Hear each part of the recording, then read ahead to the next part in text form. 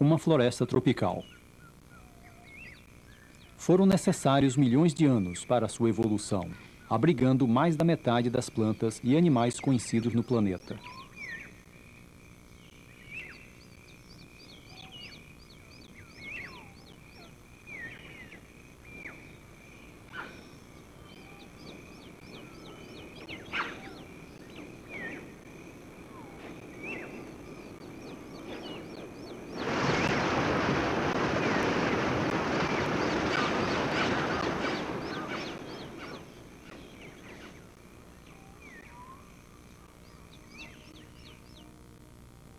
Há 1 milhão de anos, um manto florestal como este cobria a África Central e Ocidental. Pouco a pouco, os trópicos tornaram-se mais frios e secos, à medida em que os continentes do norte eram paralisados pela era glacial. A floresta tropical úmida reduziu-se a refúgios nas regiões montanhosas, onde algumas plantas e animais conseguiram sobreviver. E ali, a evolução da vida da floresta continuou. Mais tarde, a camada de gelo retrocedeu. As chuvas cálidas voltaram e a floresta tornou a se expandir. Os refúgios resistiram a todas estas mudanças, e entre os restos da floresta tropical mais antiga encontram-se as florestas costeiras do Camerun.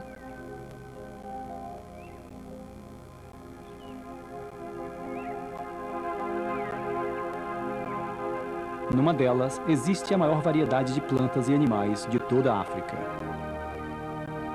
Vida selvagem. Corup, as últimas florestas tropicais.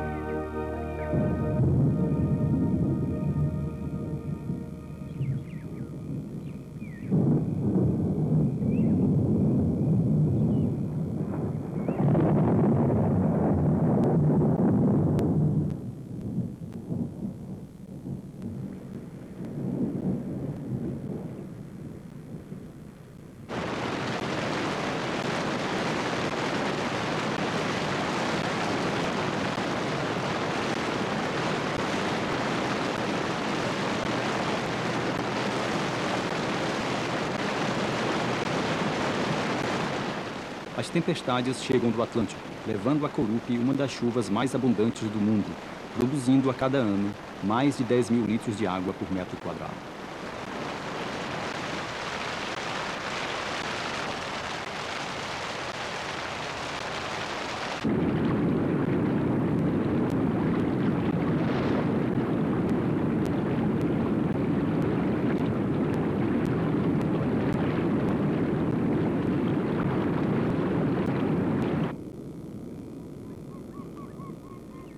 À medida que a floresta seca, o calor e a umidade criam condições quase perfeitas para o crescimento das plantas.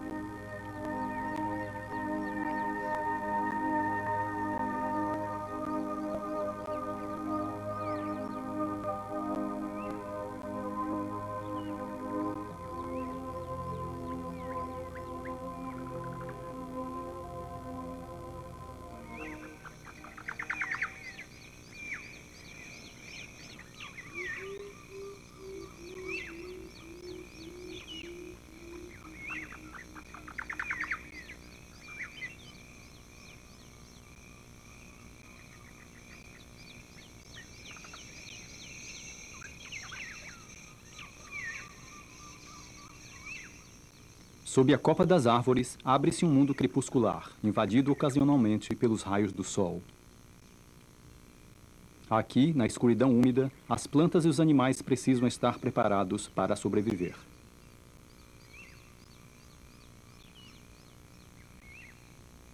As plantas parasitas florescem nas raízes das árvores. Apenas as flores brotam do solo.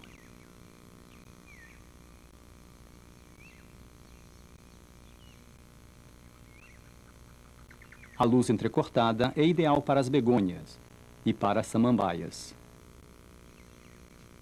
O camaleão pigmeu é o segredo vivo da longevidade do coru. É um dos muitos animais que apenas são encontrados nesta parte do Camerun e que estava aqui antes mesmo da era glacial.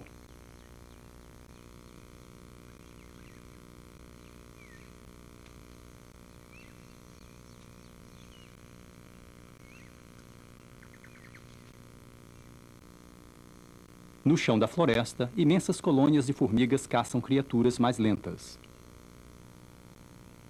Predadoras ferozes matam e consomem qualquer animal incapaz de escapar.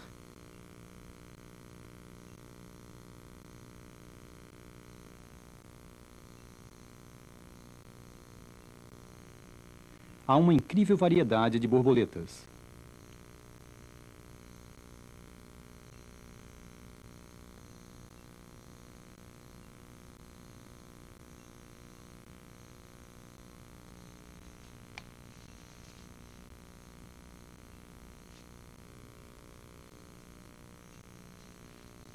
Sempre em busca de alimento, o mandril é um dos poucos animais de grande porte que é capaz de sobreviver no chão da floresta. Alimenta-se principalmente de frutos. Este é um jovem macho. Os mandris são primatas pouco comuns. Atualmente são encontrados em umas poucas florestas no sudoeste do Camerun.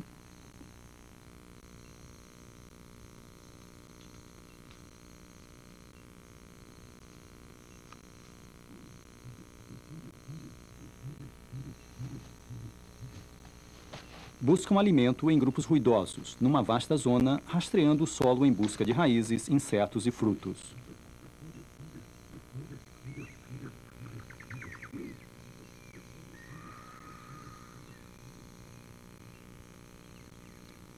Um pouco acima do solo, a floresta é surpreendentemente aberta. A luz fraca não incentiva o crescimento abundante de plantas, mas as árvores se adaptaram a essas condições, gerando folhas grandes que atuam como eficientes coletores de luz. Suas flores crescem diretamente nos galhos, nos troncos e até mesmo nas próprias folhas.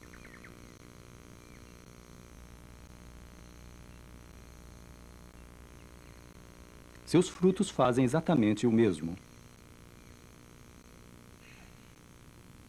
Contudo, o alimento é difícil de ser encontrado, e os grandes animais têm que procurá-lo cuidadosamente. O mangabey de pescoço branco é um parente próximo do mandril.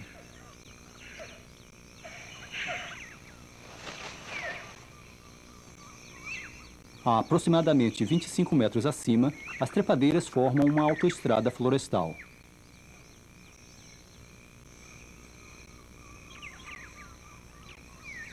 Do chão até as copas, a floresta muda, e cada nível proporciona oportunidades específicas às plantas e animais.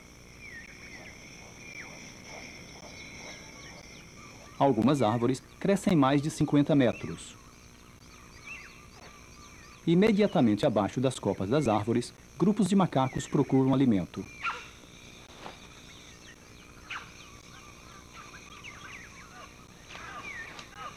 Este é o colobo vermelho, apenas encontrado em Corup.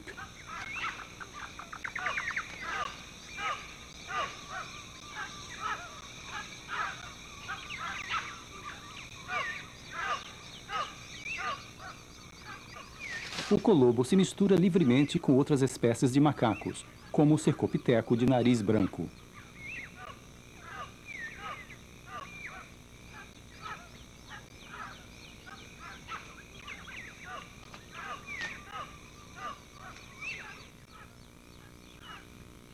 A multidão oferece segurança.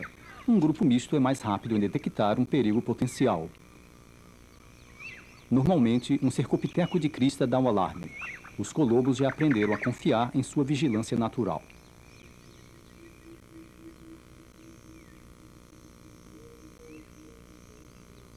O nível superior da floresta está formado por enormes árvores que se elevam até a luz solar, destacando-se claramente do resto.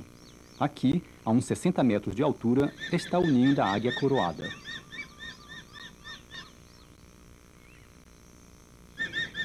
Alimenta-se principalmente de macacos. Suas grandes garras esmagam facilmente o crânio de sua vítima.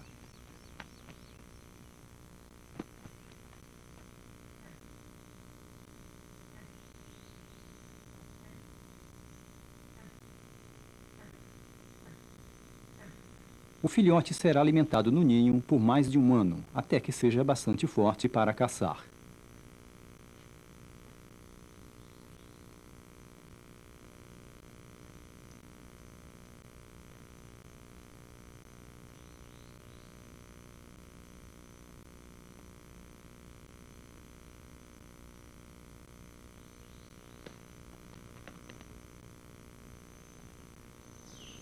Toda a floresta, do solo até o cimo das árvores mais altas, se comporta como um só organismo.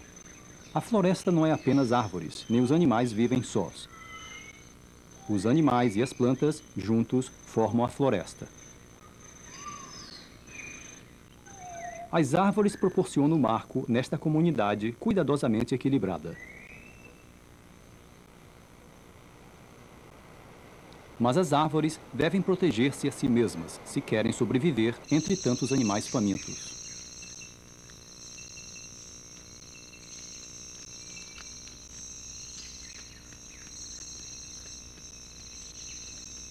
Os gafanhotos de olhos vermelhos e as lagartas ameaçam a existência das árvores, já que se alimentam delas. As árvores não podem fugir, de modo que durante milhares de anos desenvolveram métodos de defesa mais sutis. Sua defesa e a resposta dos animais são fatores primordiais para a evolução das florestas tropicais. Para salvar as folhas, as árvores desenvolveram compostos químicos especiais. A eficácia de sua defesa é tamanha que cerca de 90% dos animais não podem alimentar-se de plantas vivas, sendo obrigados a comer matéria em decomposição ou uns aos outros. Dentro de algumas folhas, em cada um dos lados das veias, encontram-se grossos depósitos de tanino, substância que tem um sabor desagradável. Em outras, encontram-se cristais venenosos, como a estricnina e o cianureto.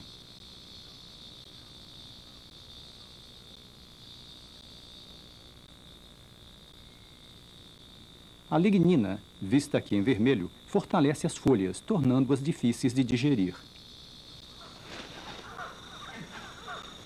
Estas defesas químicas obrigaram a muitos animais, como o colobo, a desenvolver um comportamento alimentar especializado. As folhas novas, de vermelho brilhante, têm poucos compostos protetores. A proteção se desenvolve depois, quando amadurecem e tornam-se verdes. Os macacos aprenderam a selecionar as folhas novas e a evitar as folhas mais velhas, as tóxicas. Os colobos são ágeis e acrobáticos e vão de árvore em árvore, selecionando folhas de distintas espécies. Embora os macacos não parem de se deslocar de um lugar para outro, muitas folhas sobrevivem até a idade madura.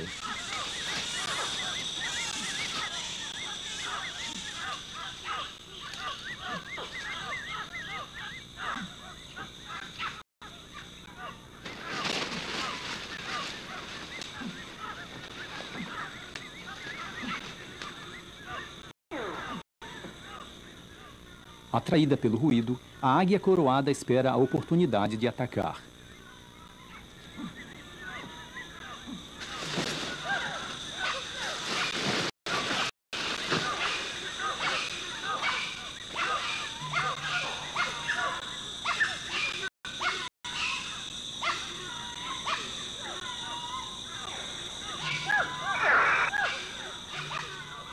Na maioria das vezes, os macacos notam a presença da águia e soam o alarme.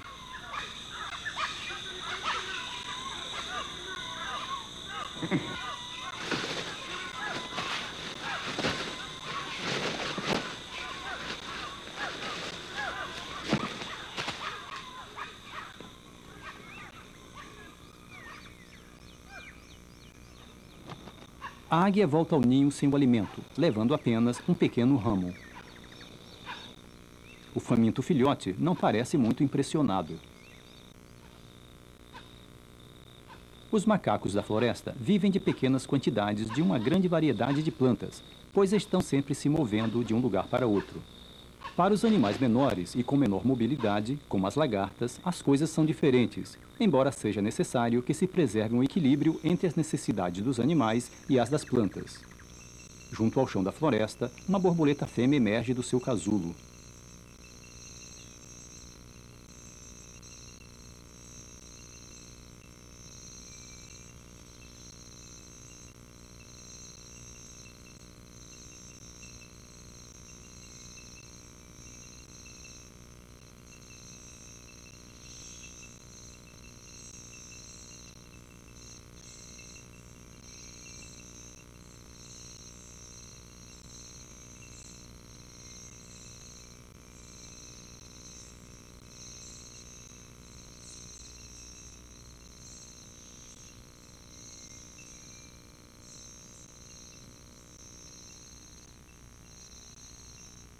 Agora tem apenas um objetivo: encontrar uma ríchia, a única planta em que seus ovos sobrevivem. Uma busca que pode levar várias horas. A procura, provando folha por folha, dá-se por meio de receptores especiais que se encontram nas suas patas traseiras.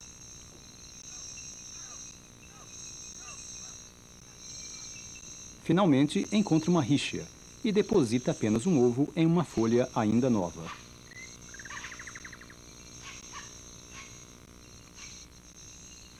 Depois de sair do ovo, a lagarta come a bolsa do seu próprio ovo e começa a complexa pauta de comportamento da qual depende sua sobrevivência e também a da ríchia. As folhas da ríchia, completamente desenvolvidas, são indigestas, de modo que a lagarta deve desenvolver-se sobre uma folha ainda nova. Primeiro inspeciona toda a folha. Se a folha não é suficientemente grande para mantê-la alimentada, a lagarta ficará inativa até que a folha cresça, mas precisará alimentar-se antes que a folha desenvolva seus compostos protetores.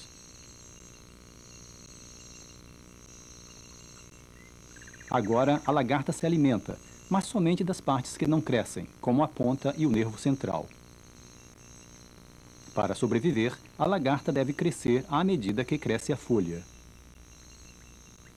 Já madura, a lagarta se transforma numa crisálida, com a folha ainda intacta. Foi alcançado um equilíbrio natural. A ríchia sobreviveu ao predador. A lagarta cresceu até se transformar em borboleta.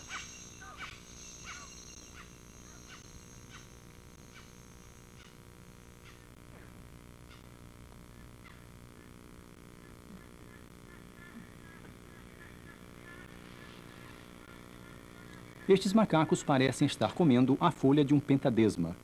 Se as flores fossem comidas, seria um desastre, pois suas flores possuem órgãos reprodutores vitais, os quais devem ser protegidos contra os animais famintos.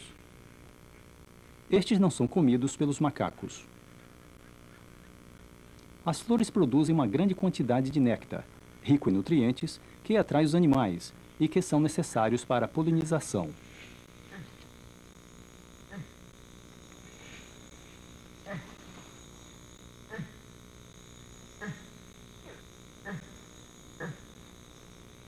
Numa floresta onde a comida é escassa, o néctar é uma fonte de alimento vital para o macaco.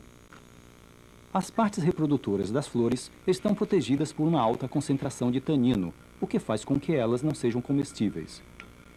Enquanto o macaco bebia, esfregou sua barbicha contra o pólen amarelo.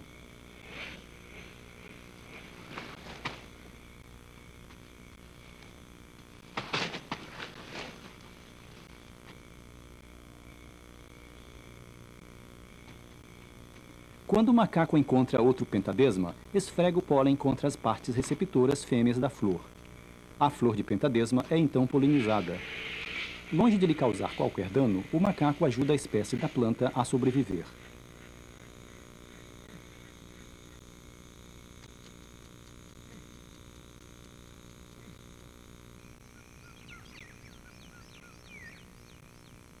Nas zonas temperadas, o inverno protege as árvores. Durante 5 meses ao ano, estão a salvo dos predadores. Aqui nos trópicos não há inverno rigoroso, de modo que as plantas e os animais podem coexistir por todo o ano. Um exemplo espetacular desta interdependência é a párquia, uma árvore-chave para a sobrevivência de muitos animais. Acima, na copa das árvores, a uns 30 metros, nas pontas dos galhos, a párquia floresce de forma extraordinária. Em cerca de 3 horas, crescerão aproximadamente 3.000 diminutas flores em cada inflorescência.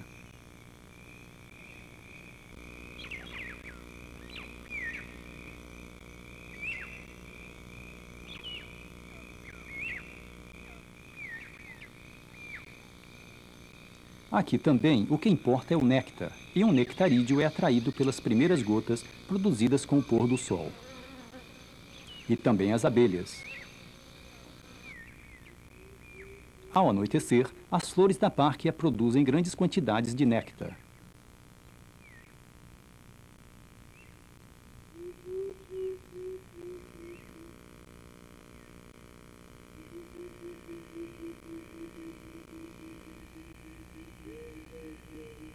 Este néctar é a principal atração dos famintos animais noturnos da floresta. A párquia atrai até as formigas noturnas.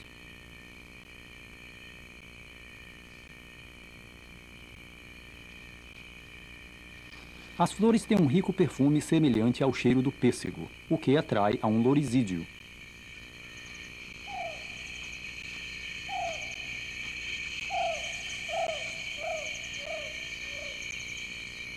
O lorisídeo é um primata noturno. Embora seus olhos sejam grandes, confia em seu agudo olfato para localizar alimentos.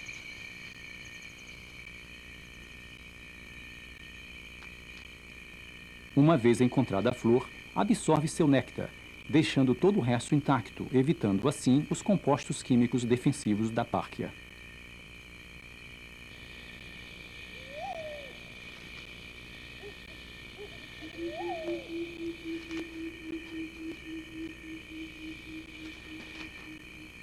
Um marganaz bebe um pouco do néctar e retrocede. As flores da párquia estão nos extremos dos galhos. Isto deixa o arganaz vulnerável, mas é ideal para os morcegos.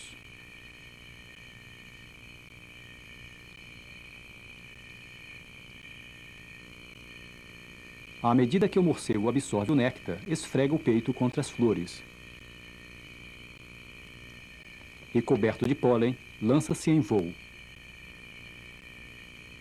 Poucas horas depois, todos os morcegos recolheram pólen. Isto é vital para a párquia, porque as flores fêmeas só podem ser fertilizadas pelo pólen trazido de outra árvore.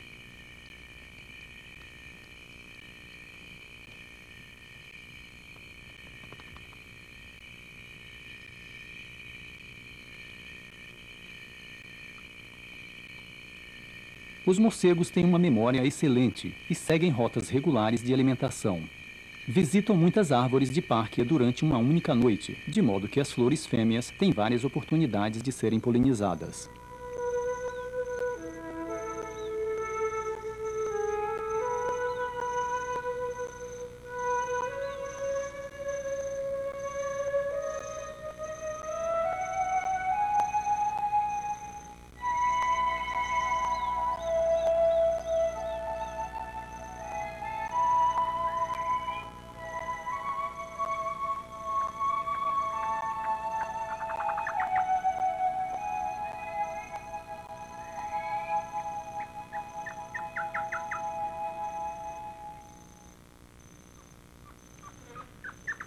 Ao amanhecer, as flores estão murchas. As borboletas e as abelhas se alimentarão do néctar e do pólen restante.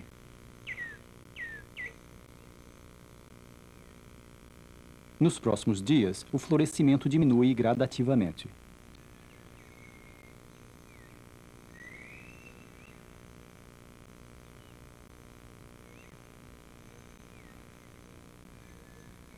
Em pouco tempo, apenas restarão as flores polinizadas. Com o tempo, transformam-se em legumes parecidos com as vagens de feijão. Cada um contém as sementes que vão garantir o futuro das párquias e dos animais que dependem delas.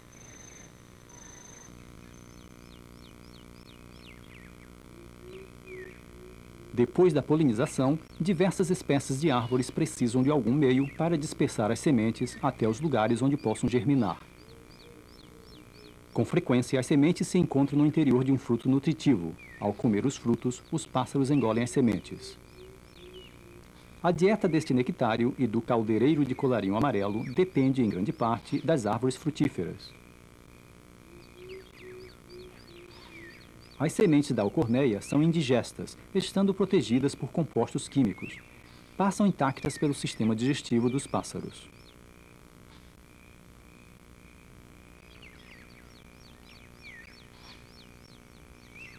Com frequência, pássaros e árvores frutíferas dependem uns dos outros. Os macacos também ajudam a espalhar as sementes.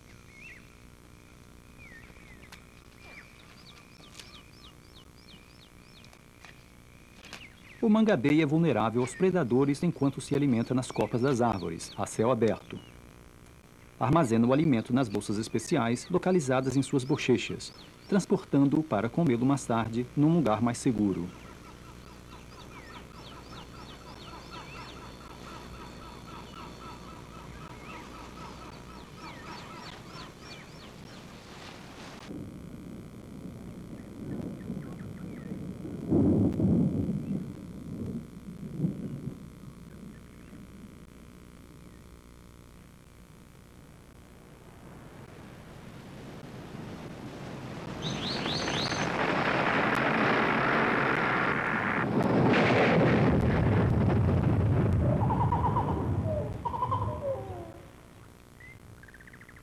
Ao cair, este gigante da floresta deixou a descoberto sua própria silhueta na copa da árvore, permitindo a entrada da luz até o chão da floresta. Esta aparente destruição desempenha um papel importante na manutenção da diversidade da floresta. Devido à luz, muitas sementes poderão germinar. Sob as cerradas copas das árvores, não teriam essa oportunidade. As sementes aladas desta árvore de madeira dura dependem destas zonas abertas, dando-lhes a oportunidade para se estabelecerem. Estas sementes são as primeiras a colonizar e a explorar os espaços iluminados.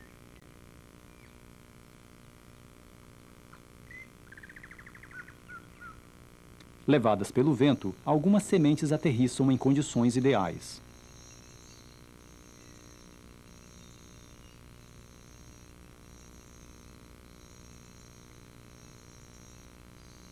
Germinando rapidamente, a semente dá lugar a uma plântula, que tem que competir para alcançar e preencher este novo espaço vital entre as copas das árvores.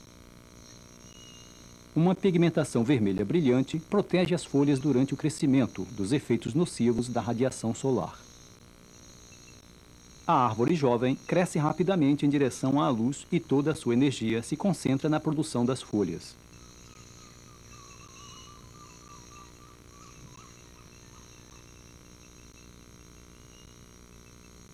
No final, a árvore que teve sucesso alcança o nível das copas das demais árvores e começa a produzir galhos, tapando a luz que lhe permitiu competir com as outras plantas.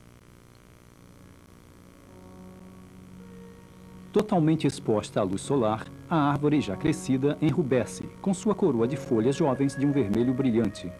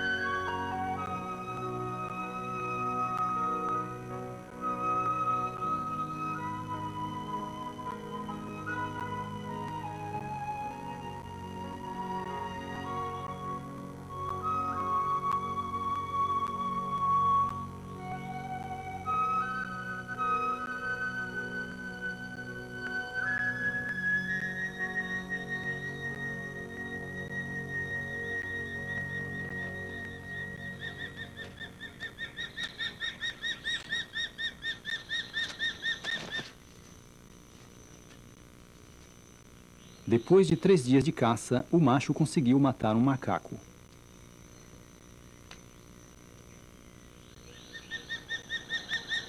A fêmea se lança sobre a caça.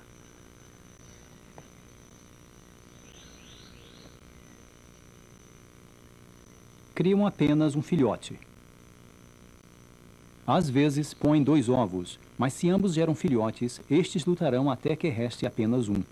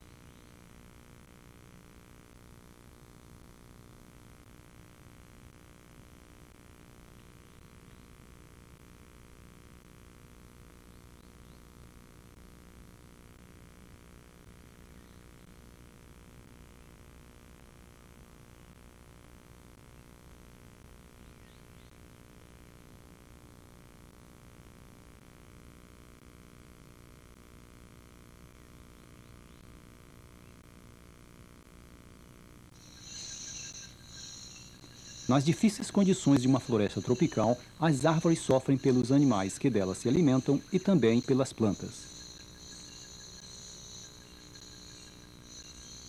Muitas vezes, as folhas são colonizadas por musgos e líquens.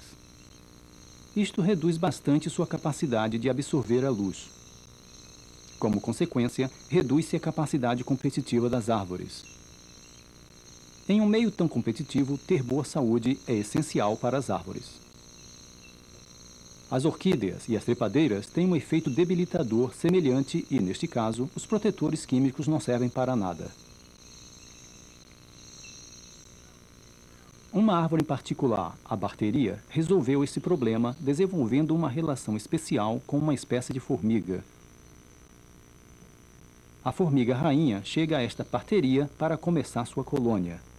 Investiga cuidadosamente para assegurar-se de que se trata de uma barteria e de que não está ocupada.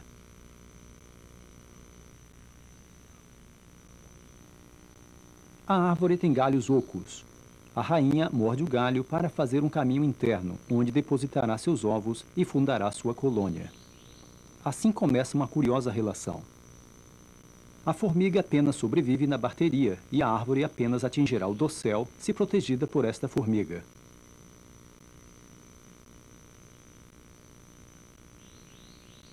À medida que as primeiras formigas operárias negras vão chegando, se deparam com as agressivas formigas tecedoras vermelhas.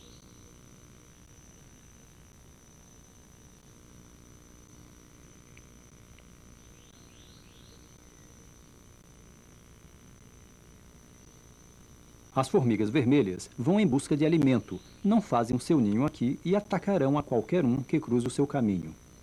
As formigas negras da nova colônia retrocedem até os seus galhos ocos.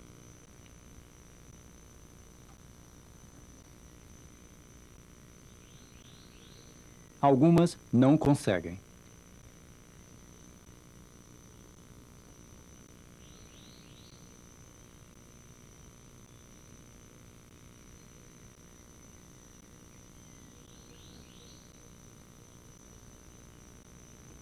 A sobrevivência da barteria depende da habilidade das formigas negras em expulsarem as tecedoras e de manterem controle sobre a árvore.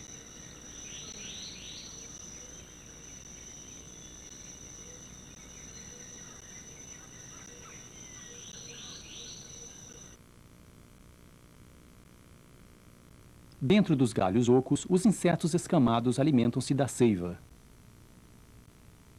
Estes insetos segregam uma solução açucarada, que é o alimento normal das formigas negras. Para obtê-la, essas formigas as ordenham regularmente.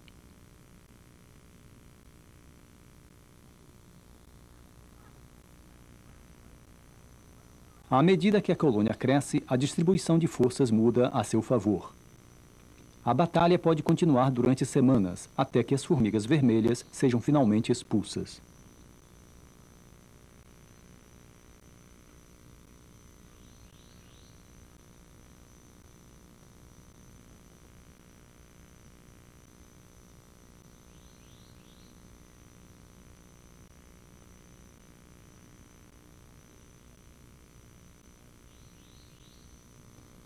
As negras têm agulhões mortais que paralisam e matam.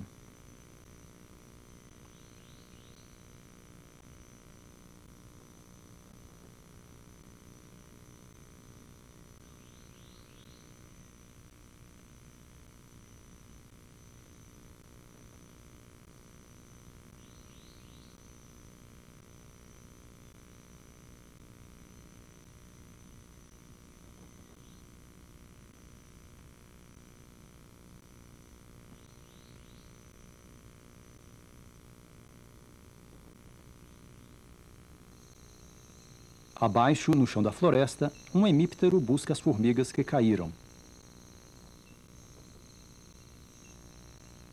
Recolhe as formigas mortas e as suga até deixá-las secas.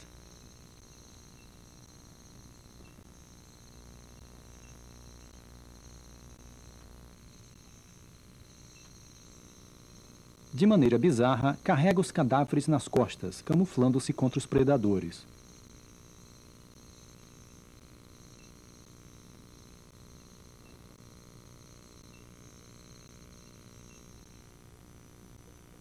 As formigas negras, depois de expulsar as tecedoras, realizam a limpeza da árvore.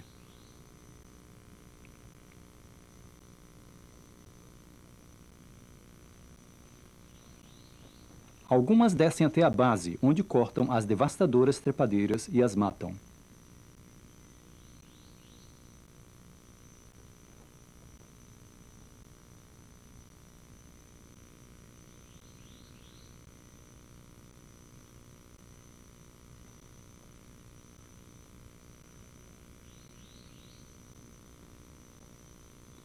Na copa da árvore, outras formigas operárias limpam as folhas.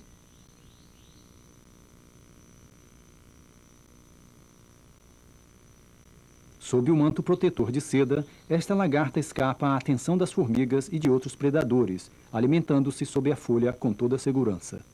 Mas as formigas negras não a toleram, e a lagarta é expulsa.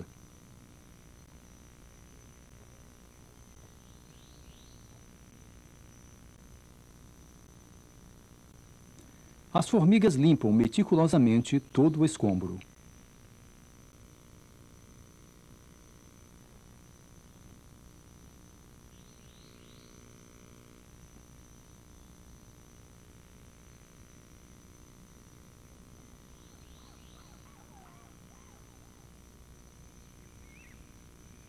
Limpa de todos os insetos, a barteria já pode competir eficientemente com outras árvores, protegida por suas formigas.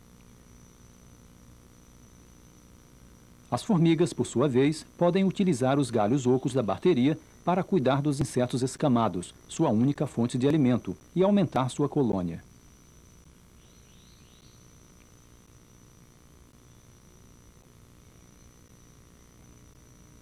As formigas tecedoras voltam à sua árvore.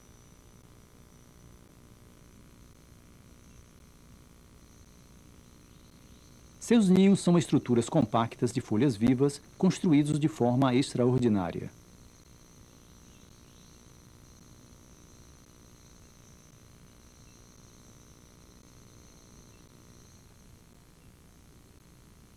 As formigas operárias utilizam suas próprias larvas para cozer as folhas.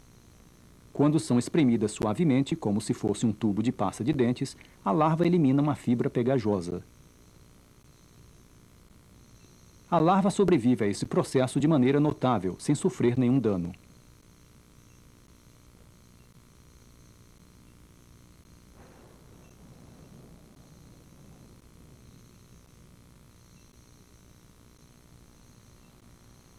Dentro do ninho, as formigas operárias preparam a rainha para o voo.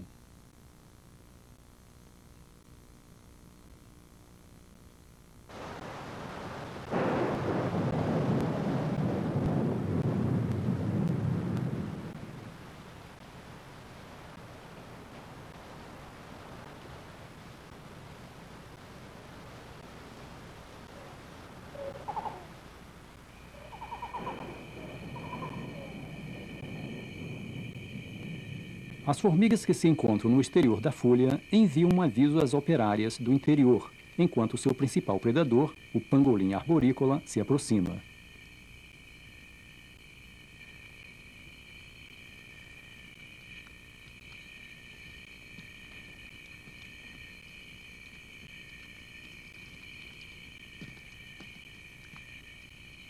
O pangolim utiliza sua longa e pegajosa língua para capturar as formigas.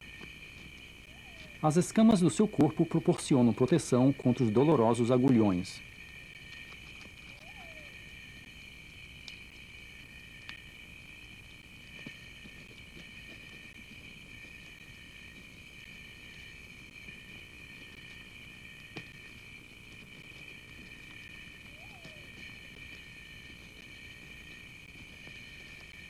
A maioria dos mamíferos da floresta é noturna.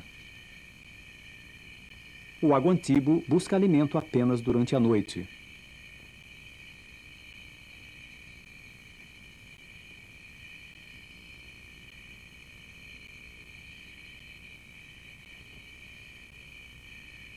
Apesar dos seus enormes olhos, o aguantibo tem uma vista pobre, confiando em seu agudo olfato para localizar o alimento.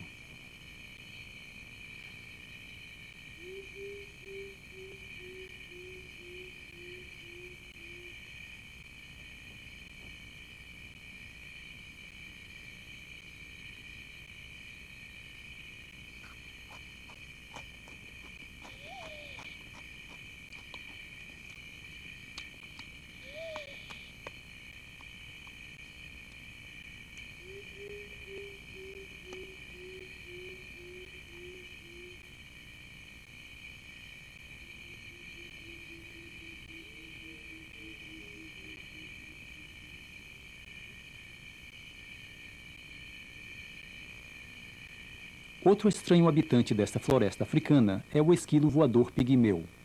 Pesa menos de 30 gramas. Os esquilos vivem em colônias de até 30 indivíduos dentro das árvores ocas, saindo somente à noite para procurar frutos.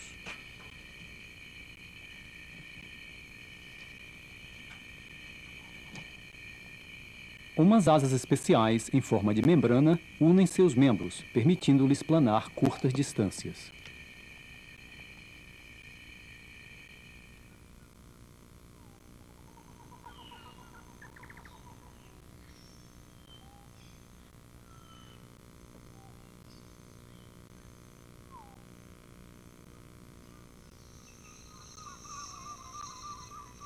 Nas florestas como a de Korup, onde os nutrientes são escassos, as árvores que oferecem residência a animais, como o esquilo voador, podem chegar a se beneficiar de serem ocas,